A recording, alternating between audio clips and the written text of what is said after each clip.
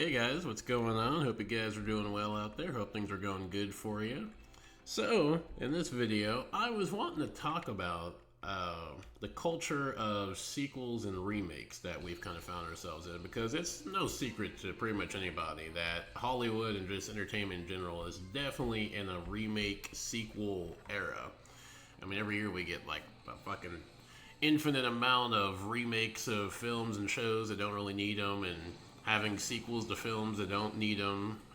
Perfect example, Joker, among many. Then we get a remake of pretty much every Disney film possible each year. I mean, at some point we're gonna get a Frozen and Princess and the Frog remake from Disney. But I was thinking about this because Lilo and Stitch, not the original, the one that came out this year, it is the first film so far. I think it is the only film actually that has grossed $1 billion at the box office. It's the first film, and it is July, so we're I'd say about halfway through the year, and this is the first film, a remake, to gross $1 billion.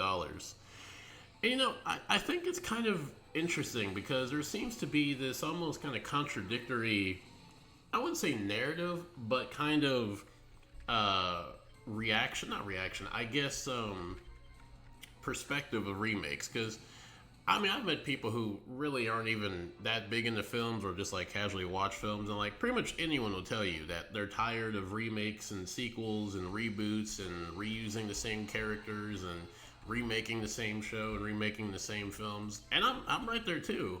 But then at the same time, while that seems to be a prominent narrative from a lot of people, there does seem to be a market for them. And I think this is something where we kind of have to start to blame the audience, because like I know that people like to blame the big bad soulless profiting corporations and studios, but at the same time, I mean, when you kind of look at the track record of the remakes and the sequels to pretty much a lot of films the last few years, it kind of becomes hard to not see why studios are still in this sequel remake reboot era, because by and large they're successful. I mean, yeah, you might have a film that bombs like Joker 2 or the recent Snow White film, but in between those failures, I mean, you have more or less pretty successful films like The Lion King with Beyonce and Childish Gambino and Seth Rogen.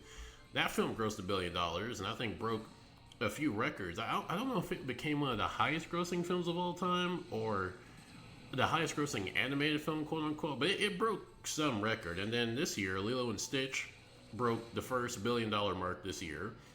I think the Aladdin remake with Will Smith grossed like nearly $1 billion, if not $1 billion. The Inside Out sequel last year grossed, I think, over $1 billion. So, it is kind of weird because at the same time that people say, they want to have original films and they want to have new ideas and new shows and new movies and new characters, there also seems to be this market for people to actually want to go see these remakes. And in fact, I've seen a lot of people defend having all these sequels and remakes, and you'll hear the typical arguments of, well, how can you criticize it if you, if you don't watch it? But then if you do watch it, then the argument is, well, you're part of the problem. So it's like you're kind of in a lose-lose situation no matter what you do. But I don't know, maybe it's just one of those things where the public reception is kind of different from like what I guess the mainstream are into. And what I mean by that is, like, I look at the Transformers films, like, by and large, you were not going to find a lot. I mean, I'm talking about the Michael Bay films, the Bayformers as they were coined. You weren't really going to see a lot of people say that they were just enamored or in love with Transformers films. In fact, you would see a lot of people, especially critics, hated the Transformers films. But at the same time, they grossed like $1 billion each one. Like, from Revenge of the Fallen, Dark of the Moon, Age of Extinction. Those three films each grossed, I think, a solid $1 billion. And then even The Last Night, which was a box office failure by the Transformers standards, even that one grossed like, I think, 600 million, 700 million. Like, it pretty much grossed with like pretty much an indie studio would fantasize about having for an entire year worth, pretty much. But then it got to a point where people kind of got burnt out and got tired of watching the Michael Bay Transformers, and that was the end of Bayformers, and we haven't had one for, I guess, nearly 10 years. Although that might change. But I kind of look at that, and I think that's kind of the same situation with remakes, where I think the public may not be like, all that into it, but it seems like the mainstream movie-going audience is really into them. Like, because I've even met people myself who are really into like the live-action remakes, or they're interested in seeing them. And so I think while people, they criticize, the whole remake reboot culture, I think we kind of have to put a good bit of blame on the movie going audience. Like, they're the ones that make these films gross $1 billion or gross an ungodly amount of money. And so, from a studio's perspective, I mean, what do you want them to do? You want them to just not seize a market that is just fucking rich for real estate? Like, it'd be fucking insane to not capitalize on that. Like, if you made a film that grossed $1 billion, and you can see a trend of, like, if we make more films like this, we'll probably keep making the same amount of money, if not more. Of course they're gonna make it. I mean, that's just fucking common sense for any type of business. But at the same time, I feel like Hollywood has kind of relied too much on remakes and reboots and sequels. I mean, Pixar, they're kind of not in a good situation right now. They had that recent film Elo or Eli. I don't know how you pronounce that film. Nonetheless, their original film that came out this year, it seems to have been like received well. Like, it seems like people like the film, but the box office reception just isn't there. And Pixar kind of came out and was kind of upset at people about how pretty much they said like, well, if you want original films, then you need to support them. Like, you need to come out and support them and stop criticizing us for just making remakes. And I feel like that mindset that Pixar has of like, well, if you want original films, you need to shut the fuck up and just watch what we, make. I think that's a problem with Hollywood that has become even more of a problem of like, studios seem to not be able to just accept and deal with failures, like box office failures. And what I mean by that is, a studio back in the day, like, yeah, they would have films that failed, or they'd have a franchise they wanted to launch that would just die and wouldn't go anywhere. And, they would just take that as, okay, we made this film, didn't work out, let's go into something new. Like, that's, I think, one of the big differences from now opposed to back before we were in the current remake reboot era is that films have always failed. Like, there have always been franchises that didn't go anywhere, films that were supposed to launch, big studio blockbuster IPs and just didn't go anywhere. But I feel like back, 30, 40, 50, 60 years ago, they would just kind of take the loss and be like, okay, on to the next thing. But nowadays, it seems like any studio that has original box office failure, they just panic and run to the closest remake or reboot or sequel of some movie that made a lot of money however many years ago to try to solve their problems. I mean, Pixar, a few years ago, that was their grand solution to not doing as well as they used to. Their idea wasn't to keep trying to make the best original films. Their idea was, we're going to keep making more sequels and more remakes to our films. Like, now we're going to be getting Cars 5 or 4. We're going to be getting Toy Story 5. We're going to be getting Inside Out 3 at some point. We're probably going to get another Finding Nemo movie at some point. I think even they're talking about having a Ratatouille movie. Fucking God, Jesus Christ, I hope not. But that's probably on the table now, too. And then there's Incredible Street that's going to be coming out. So definitely Pixar is all in on, the whole making sequels and making spin-offs to their, classic films. And then you even see that with other studios where, they go to just making remakes or reboots of films that made a lot of money, like Disney with the remakes. Every year they're making, seems like half of their fucking anime catalog into a remake or a reboot. And I feel like that's just something that needs to die as far as a mindset for studios of like, every time a film doesn't succeed, that you need to just instantly run to like making a sequel to a successful film or making a remake or a reboot. Because while it is true that a lot of remakes and a lot of sequels have done well recently, like, The Lion King and Lilo and Stitch, there are also a lot of instances of remakes and sequels failing. I mean, the best recent example I think is Joker 2. I mean, that was an abysmal failure. That was a failure so bad, actually. I now this hasn't been confirmed. This is just me kind of having my own theory.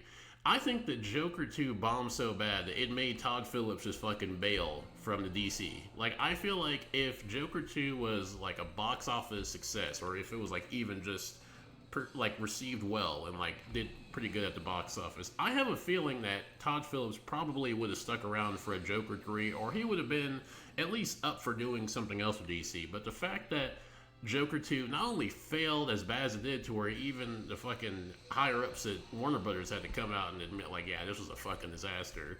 And that, pretty much everybody almost universally hated that film. Todd Phillips looked at that and was like, okay, I think I'm done here. Like, I made my 2 films. This one was a disaster, complete train wreck. I'm out. I'm doing my own thing. And, I mean, granted, Joker 2 only came out, this year or last year? But since then, Todd Phillips hasn't really done anything. I mean, that's not to say that he's been, blacklisted or something from making films. But, I mean, it definitely shows that, this whole idea of just trying to rely on sequels and spin-offs and reboots to kind of solve your box office issues, or trying to solve why studios are in a creative stunt right now, it doesn't always work.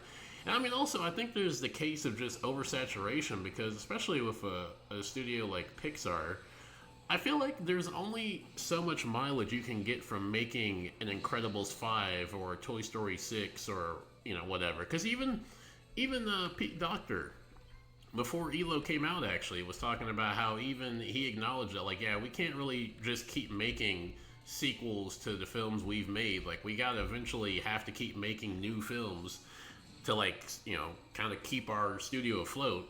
But now that ELO has come out and pretty much not done so well at the box office, well, now they're like, well, how fucking dare you people not buy it, buy this original film, is that what you want? But it just seems like an entitlement mindset too. It almost feels like studios feel entitled to your money by just having an original film almost. Especially with that comment from Pixar, where they're pretty much like, well, don't fucking criticize us for making sequels if you're not going to come see them. And it's it's not the audience's job to just by default support any studio or film. It's up to the studio and the director and everyone involved to make a good film that people want to go see naturally. It shouldn't be like, hey, we just made something that's not a remake or part of a blockbuster cinematic universe, so you should just be happy with that, shut the fuck up and take it. It's like, no. You actually need to put the work into making a quality, good film, and people will see it. And yeah, I mean, sometimes an original film might fail, and it might later down the road become a cult classic or one of the best films of all time. I mean, we've seen that with plenty of films that when they came out were not the best, did the best at the box office, but as time went on, they became some of the most iconic films of all time. And I feel like right now, studios kind of just they can't really accept that right now. Any studio that's not an indie studio, especially a Warner Brothers or a Disney or any the big ones, they just kind of have this mindset of well, if it doesn't make money, either it just dies and we're not going to try to do nothing with it, or we make an original film and it doesn't do well, and it's oh, that's clearly evidence that we need to make another sequel to a film that did a lot of money. But and also, I think the other issue is, it's kind of a, when it comes to sequels at least, I think there's a kind of a chicken and the egg kind of dynamic. Maybe not really, but what I mean by that is I take Inside Out for example. Inside Out 2 became a massive hit. I mean, it broke several box office records. Like I was saying earlier, I think it became the highest grossing animated film. Now, people would look at that, rightfully so, I think even Pixar, and they say, oh, well, clearly, the fact that this is a sequel and did so well is a good example that we need to keep making more of them. But then I would argue, well, the case would be that had they never made Inside Out 1 and just kept making Toy Story films and Incredible films and Cars films and Ratatouille films for the last 10, 15 years, we would have never got Inside Out, the first one. And by extension, we wouldn't have gotten Inside Out 2. It's kind of this chain reaction of yeah, the sequel did a lot better than the original, but the original is the only reason the sequel exists. So I think that's something that kind of is lost now with studios of like, well, yeah, you kind of need to make original film, like keep making new original films that at some point will get the kind of, I wouldn't say audience, but kind of like that fan base that like would want to go see another one. And I feel like at some point, whether it's the Disney live action remakes or it's the Pixar sequels or any other studio making, another live action reboot or remake, I think people are just going to get tired of them. I mean, I think we kind of saw that with the second Lion King film, and I think also something with, especially when it comes to Disney, I think something else that kind of became apparent with the second Lion King live action film is that those films kind of heavily rely on the nostalgia aspect of people, especially specifically people that were around back when the originals came out or were kids, and they grew up with it. So like they kind of have that like nostalgic rose tinted glasses about the film where they're like, oh my god, that's from the animated film, and then that song was from the film, and they can kind of look at that and see like, oh yeah, this is like exactly like when I was a kid, but updated with modern technology. But then when you make especially specifically with like the Disney animated sequels where they're not basing it off of any pre-existing material, people kind of look at that and they're like, I mean, yeah, I guess it's okay, but like, I mean, you compare the reaction and the reception to the first Lion King, the live action one, to the second one, and it's kind of night and day. Like when the first trailer came out for the first live action remake, I mean, universally, everybody was praising it. I mean, even though I haven't to this day seen the film, it even kind of made me think, damn, that looks okay. I mean, it didn't look good just because they were trying to adapt an animated film into a very hyper photorealistic environment, which kind of made this bizarre, uncanny situation. But I mean, but even I was like, you know what? That doesn't look too bad. Like, I can see why people would kind of want to see this. But when the second trailer came out, or when the trailer came out for the second film, people were just kind of like, oh, I mean, yeah, I guess this is okay. Like, it looks alright. But there wasn't really that same strong engagement that people had where they were like just excited, where, every day people were talking about it, and every day there was like 1,000 interviews done with the cast and crew about like, how it felt to work on the film and people talking about it on YouTube. Like, in fact, a lot of people, they were talking about it, but they weren't talking about it the way that, people were the first time around. They were just more like, yeah, I don't know what they're going to really do this time around, because most people, unfortunately, don't really know that the direct-to-video Lion King sequel existed, or it does exist, and the second film wasn't even really adapting that film, so pretty much the sequel to The Lion King was pretty much an original film, as far as I'm aware, because most of the characters in that film are not in any of the pre-existing, well, maybe, I don't know, maybe I'm wrong on that, but as far as I'm aware, most of the characters outside of like Zazu and Mufasa and Scar, pretty much all of the other characters were all original characters in this film.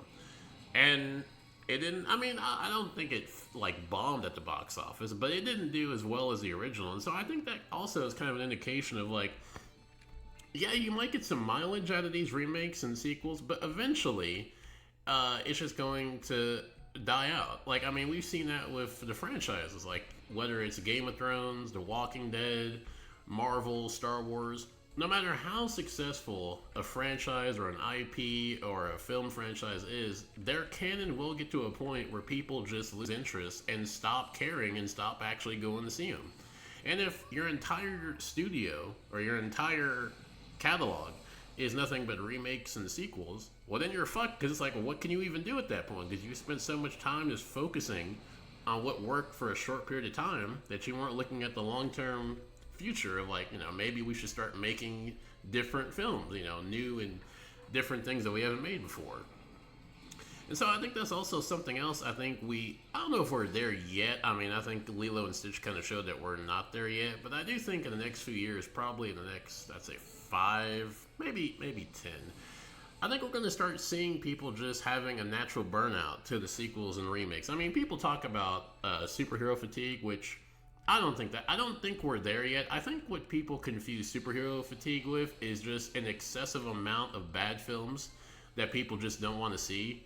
Like, I don't think we've really hit fatigue of superhero films yet. Because, like, the recent Superman film that came out. I mean, it's done pretty good at the box office, and even not even counting Superman, but like the recent Guardians of the Galaxy 3. People love that film.